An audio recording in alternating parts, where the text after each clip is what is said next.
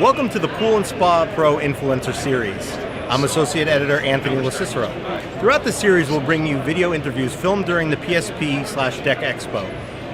On this episode, I'm speaking with Glenn Mathewson, who's president of buildingcodecollege.com. Glenn, thank you for joining us. Thanks for inviting me. So, part of developing the last decade of new deck codes and teaching them to builders, what new deck codes do you think are the most important for people to learn? Sure. Well, there's been some major changes from 2015 to 18 to 2021 in residential deck codes. And usually the industry, the public thinks more codes, that's bad. But the codes that have been developed aren't the mandatory type of codes that restrict what you can do. They're the codes that are pre-engineered design codes. And so this is the first time ever we've had that in residential building codes. And what it allows now is these contractors can learn the methods that the code provides that can eliminate the need for special engineering and can also reduce some of the sizes. In the past, your building departments didn't have a lot to go on. And so oversizing ended up being a pretty common thing. So the new codes aren't bad. They can actually bring a lot more opportunity and choices and advantages to the public, but they've got to choose to learn them on their own. And to kind of piggyback on that, what should builders keep in mind when designing a deck to work with common amenities like hot tubs? Yeah, I mean, hot tubs, adding doors to a house, fire pits, these are great amenities that the deck builder ends up in charge of, designing and taking care of to offer their clients.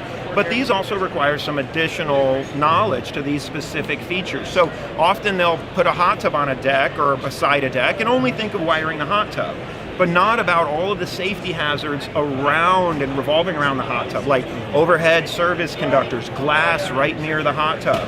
And those are the kind of things that, as an inspector for a jurisdiction in my past, that's what ended up failing those inspections. And so those are the things that, it's the little stuff, the peripheral stuff that you're not thinking about that often cause the problems. It's good to get that in front of your mind. Yeah, you got to step back and look at the whole picture. One thing I say about construction and codes is nothing is an island. Everything interconnects, and there's a domino effect to everything. So when you're putting in that hot tub or installing that door, you got to step back and see, how is this working for the overall project? Because the hot tub may be safe, but it might make something else nearby not so safe. Sure, that's a very good point. And how could builders prioritize trimming costs while maintaining the code compliance? Well, that's, again, not to point back to those new prescriptive design codes in 2015, 18, and 21, but it's literally a cookbook with a recipe that's been validated through a lot of professionals through the code development process. And it's offering it to builders, saying, look, here's a way you can build without having to hire a design professional. And then knowing the codes, surprisingly, and may seem, again, surprising to the public and to the contractors, but when you learn the code for yourself, you learn all the things that you're actually allowed to do. And a lot of those things can be better pricing, can adjust your cost for your consumer. The code is minimum standard of safety and maximum allowable freedom. And that's an important reason to learn it. That's all very valuable information for our audience.